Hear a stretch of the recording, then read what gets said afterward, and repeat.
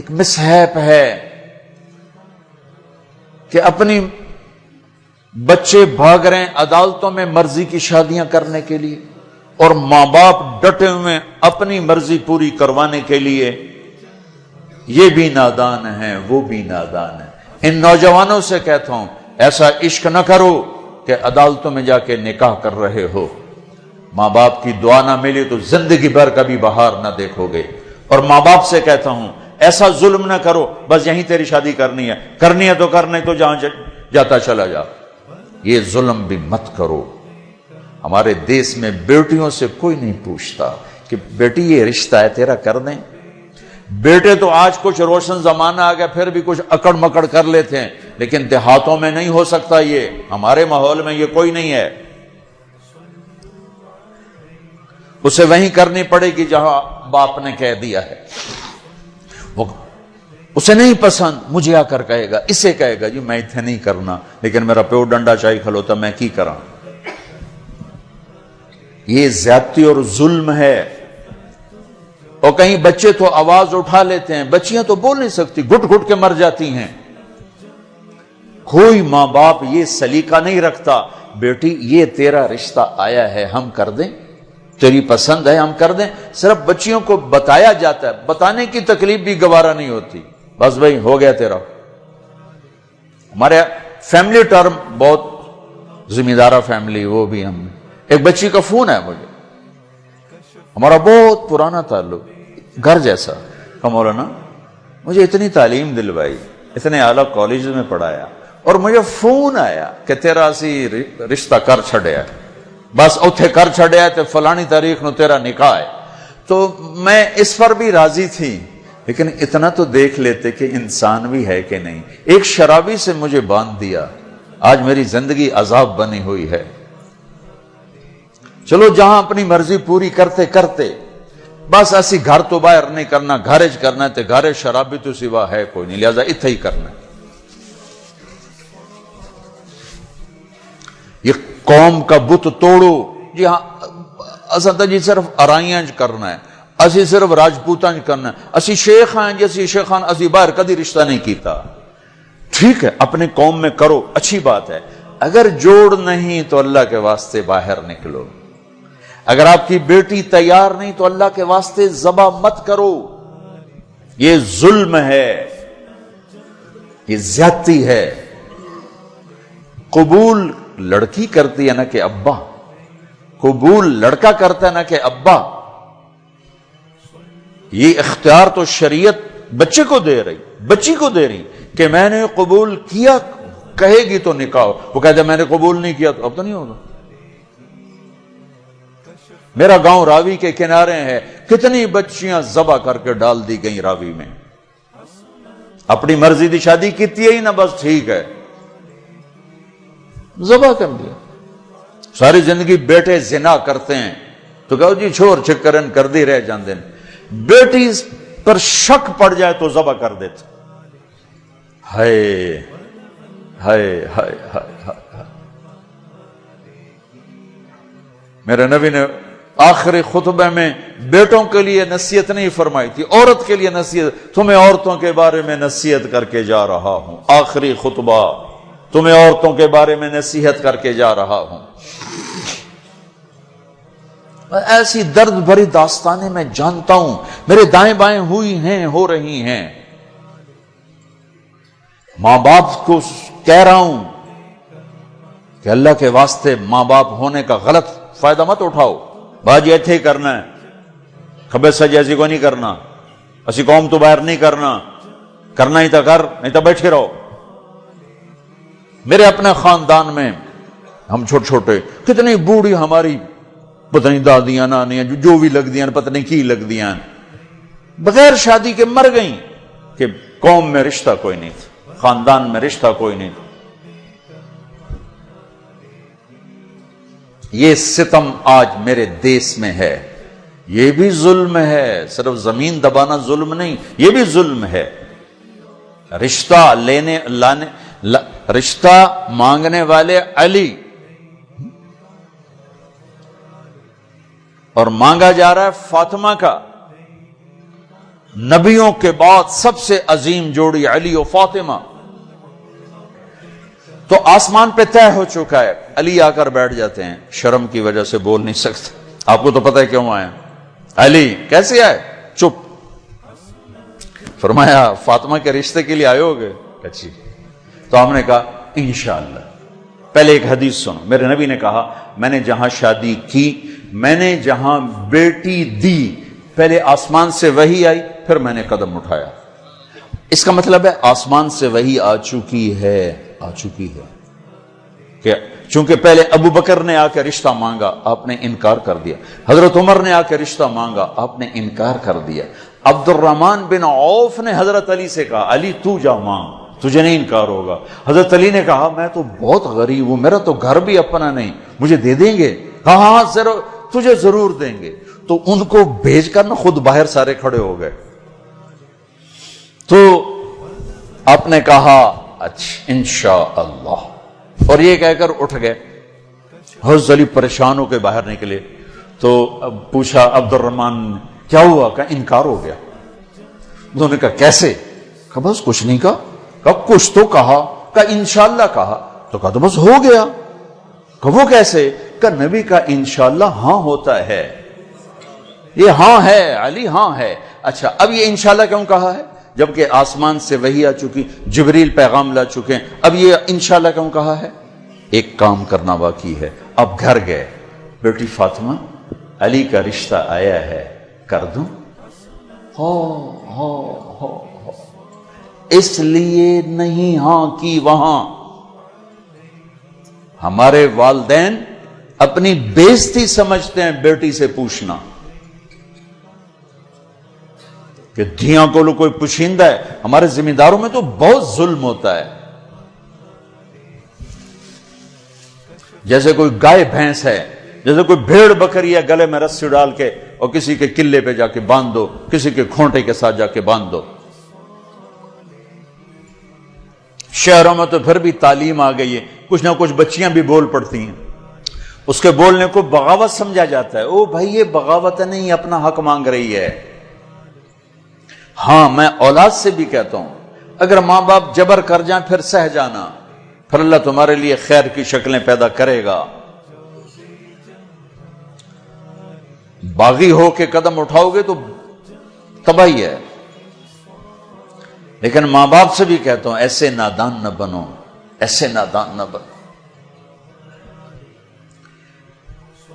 کیا حضرت فاطمہ انکار کر سکتی تھی؟ کیا حضرت فاطمہ پر اتنا اعتماد نہیں تھا میرے نبی کو کہ آپ کہتے ہیں ہاں علی ٹھیک ہے بولا، میں بعد میں خود پوچھ لوں گا؟ نہیں، امت کو سبق دینا ہے کہ جو جوڑی آسمانوں پر طے ہو چکی ہو اس میں بھی پہلے پوچھنا ضروری ہے. حضرت فاطمہ نے عرض کی جی ہاں. پھر واپس آئے، علی مجمع کٹھا کرو. لوگ کٹھے کیے. پھر حضرت علی کو یہاں بٹھایا سامنے، ممبر پہ کھڑے ہوئے کہ لوگو جبریل میرے پاس یہ پیغام لے کر آئے اللہ کا کہ میں اپنی بیٹی فاطمہ کا ہاتھ علی کے ہاتھ میں دے دوں. پھر پوچھا، کیوں پوچھا؟ اے میری امت بچیوں سے پوچھنا. یہ ان کا زندگی انہوں نے گزارنی، تم نے تو نہیں گزارنی. میری عزت دا سوال ہے، میری غیرت دا سوال ہے. تیری زندگی تو گزر چکی ہے، اس لیے ابھی شروع کر رہی ہے، کیوں اس کو سسکا کے مارنا چاہتی؟ پھر بیٹیوں کو حصہ کوئی نہیں دیتا وراثت میں. کیا کہیں کوڑے کے ڈھیر پر پڑی ملی تھی یا کہیں یتیم خانے سے اٹھا کے لائے تھے یا کسی اور پیٹ میں اس بچی نے پرورش پائی یا کسی اور چھاتی کا دودھ پیا یا کسی اور پانی سے یہ بنی؟ تیرے پانی سے بیٹا بنا، تیرے پانی سے بیٹی بنی. ایک چھاتی کا بیٹے نے دودھ پیا، اسی چھاتی کا بیٹی نے پیا. پروان چڑھی تو جہیز دے کر رخصت. اب چند دن پہلے ایک خاتون کا مجھے فون آیا ایک شہر سے کہ جی بھائیوں نے باپ بیمار ہوئے تو بھائیوں نے فراڈ کر کے ساری جائیداد اپنے نام لگوا کے مجھے خالی ہاتھ کر دیا ہے. میں در بدر پھر رہی ہوں، نہ میرے پاس گھر ہے نہ میرے پاس کھانے کو روٹی ہے، اور بھائیوں نے ساری جائیداد پہ قبضہ کر لیا. یہ ہر گھر کی کہانی ہے. 100 میں 100 یہ کر رہے ہیں. کوئی لاکھوں میں ایک ہے جو بچیوں کی وراثت کا اہتمام کرتا ہے. باپ مر گیا، ماں بیوہ ہو گئی، اگر باپ کی وراثت ہے تو 8واں حصہ ماں کا ہے، 8واں حصہ ماں کا ہے، 8واں حصہ ماں کا ہے۔ ماں کو یہاں تک مت پہنچاؤ کہ تمہارے سامنے یوں کرے، جس کی چھاتیاں لٹک گئی تمہیں دودھ پلاتے ہوئے، وہ یوں کرے کہ مجھے پیسے دو۔ اگر باپ کی وراثت ہے 8واں حصہ اس کو دو، نہیں ہے تو ٹھیک ہے، تو اس کا حق ہے، بیٹیوں کا حق ہے، انہیں دو۔ تمہارے بیٹے تمہارے لیے عذاب بن جائیں گے آخرت میں اگر بیٹیوں کو حق نہ دیا۔ تو ان پر مادی ظلم بھی ہے، جانی ظلم بھی ہے، روحانی ظلم بھی ہے۔ نہ جائیداد دیتے ہیں، نہ ان کی رائے لیتے ہیں، بھیڑ بکری کی طرح کسی کی کھرلی پہ باندھ کے آ جاتے ہیں۔ لوگوں، جبریل میرے پاس اللہ کا پیغام لائے ہیں، پھر نکاح کیا، 400 درہم 480 درہم دونوں ہیں۔ علی فاطمہ بنت محمد کو تمہارے نکاح میں دیا، قبول ہے؟ کہا جی قبول ہے، اور سجدے میں سر رکھ دیا، رب اوزعنی ان اشکر نعمتک التی انعمت علی، یہ دعا مانگی۔ اللہ کے نبی نے زور سے آمین کہا، پھر آپ نے سب کو شہد کا شربت پلایا یا چھوارے کھلائے، پھر رخصتی ہوئی، مہینے بعد، 6 ماہ بعد، سال بعد، یا فوراً، ساری روایات ہیں۔ حضرت علی آئے تو آپ کو اندر لے گئے، حضرت فاطمہ کا ہاتھ پکڑا اور علی کے ہاتھ میں دیا اور کہا، علی آپ کو نبی کی بیٹی مبارک، اللہ، آپ کو نبی کی بیٹی مبارک۔ پھر فرمایا، میری بیٹی، مجھے اپنے خاندان میں جو سب سے زیادہ محبوب تھا، میں نے تیرا ہاتھ اس کے ہاتھ میں دیا ہے۔ جن کے فیصلے آسمان سے ہو چکے ہوں اور جبریل آ کے سنا رہا ہو، وہ پہلے پوچھنے جا رہے ہیں، بیٹی کر دوں؟ ہماری کون سی یہ غیرت ہے، یہ کون سی عزت ہے؟ خاندان سے باہر اچھا رشتہ ملے کرو، خاندان کے اندر ملے وہ بہتر ہے، وہاں کرو۔ لیکن اگر خاندان میں جوڑ نہیں، باہر دیکھو، یہ ارائیوں کا بت توڑو، راجپوتوں کا بت توڑو، شیخ پٹھان بٹ جٹ پتہ نہیں کی کچھ بنائی پھر دن گرم مسالے، یہ بت توڑو، ان سے باہر نکلو۔ میرے نبی نے 2 بیٹیاں بنو امیہ کو دی، جن سے ٹکر ٹکر ٹکر ٹکر۔ حضرت زینب کا نکاح ابو العاص بن ربیعہ بن امیہ بن عبد شمس، امیہ کے پوتے کو اپنی بڑی بیٹی دی، اور عثمان بنو امیہ میں سے 2 بیٹیاں ان کے نکاح میں دی، رقیہ ام کلثوم۔ اور جب ام کلثوم پہ انتقال کریں گے تو فرمایا، اگر میری 100 بیٹیاں ہوتی تو میں 100 اور اس طرح مرتی تو میں ایک ایک کر کے عثمان کے نکاح میں دیتا۔ بنو امیہ میں بیٹیاں دی، ایک بیٹی فاطمہ اپنے گھر میں دی علی کو، اپنے خاندان میں شادی کی قریش، خاندان سے باہر برادری میں شادی کی عرب، ہلالیہ، مستلق، پھر برادری سے بھی باہر یہودی نسل میں شادی کی، حضرت صفیہ بنو اسرائیل میں یہودیوں میں سے۔ اپنے نبی کو تو دیکھو کیا کیا انہوں نے، ہم اپنے نبی سے بھی آگے جا چکے ہیں۔ کتنے بچے میرے پاس آتے ہیں نوجوان کہ جی شادی کرنا چاہتا ہوں، وہاں بچی بھی تیار ہے، لیکن وہ کہتے ہیں بس ہم نے راجپوتوں سے باہر نہیں کرنا، ہم نے ارائیوں سے باہر نہیں کرنا، ہم نے شیخوں سے باہر نہیں کرنا۔ میں ان کو یہ کہ بھائی دیکھو بیٹا، کورٹ میرج سے بچنا کہ برکت نہیں ہوتی، اللہ سے مانگو، نہیں ہو تو پھر صبر کر کے پی جاؤ۔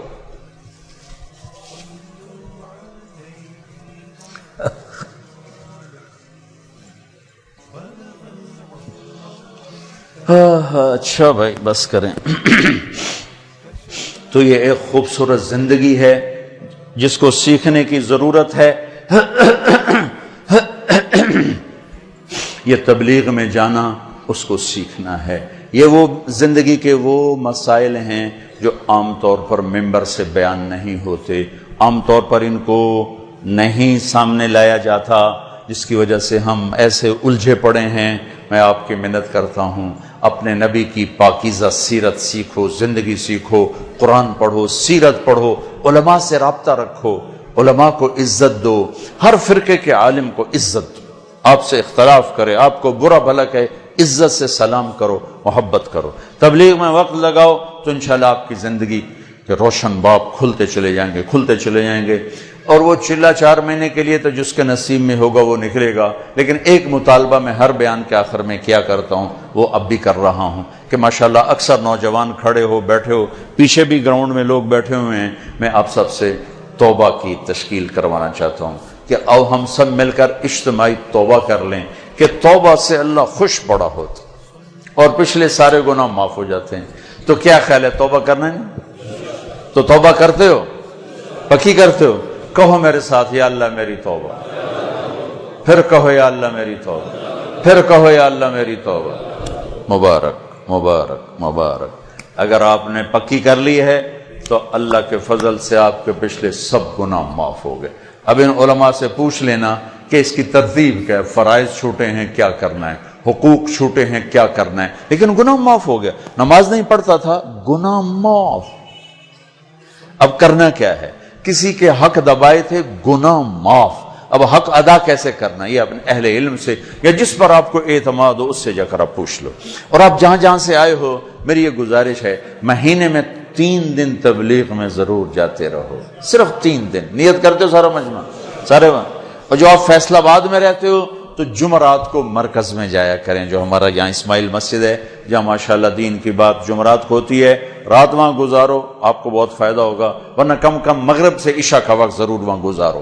اور آخری بات یہ ہے کہ اگر آپ کسی سے لڑے ہوئے ہو تو یہاں سے اٹھ کے صلح کر لینا۔ لڑائی زیبا نہیں، قطع تعلق، لڑائی ہونا کوئی مسئلہ نہیں، اونچ نیچ کوئی مسئلہ نہیں، قطع تعلق، بول چال بند، باجی ہونا سی گل ہی نہیں کرنا، اسی جی بس بائی کاٹ کرتا ہے۔ جڑا ادھے جاوے گا وہ ساڈا دشمن، ہمارے دیہاتوں میں تو یہ کہتے ہیں جڑا اونوں ملیا وہ ساڈا بھی دشمن ہے، اسی لیکے چھک چھڈن، اے جٹاں دے بیٹھے ہوندے میں انہاں دے اسی لیکے چھک چھڈن، اے لیکے مٹا چھڈو نہیں تو موت او لتر مارنے نا۔ تو بھائیو جس سے آپ ناراض ہو، لڑے ہوئے ہو، صلح کر۔ خاص طور پر بیوی سے کھٹ بٹانا تو جاتے ہی صلح کرنا، چونکہ جب میاں بیوی لڑ کے صلح کرتے ہیں تو اللہ ان کے پچھلے سارے گناہ معاف کر دیتے، سارے گناہ معاف کر دیتے۔ اور عجب حدیث سنو، سب سے پہلے جو ترازو میں تولا جائے گا نا عملوں کو، تو نماز ہے یا روزہ یا تبلیغ یا علم یا حج؟ نہیں، سب سے پہلے بیوی سے سلوک تولا جائے گا، سب سے پہلے بیوی سے کیا کرتا تھا یہ تولا جائے گا۔ اس لیے بھائیو اگر کوئی انبن ہے، ہو جاتا ہے، کوئی مسئلہ نہیں، ہو جاتا ہے، صلح کر لیں، صلح کر۔ کسی سے آپ کی بول چال بند ہے، خود جا کے سلام کر لینا، تو انشاءاللہ اللہ آپ کے لیے خیر برکت کے راستے کھولے گا۔ اب جو بھائی ہمارے بچے کل سے جا رہے ہیں نا بچے ہمارے ہیں، تو جو کل سے ہمارے بچے جا رہے ہیں، ان کے ساتھ جو بھائی چلے کے لیے نوجوان تیار ہو ذرا کھڑے ہو کے دیدار کرا دو، پھر دعا کرا دو۔ جو ان کے ساتھ کل سے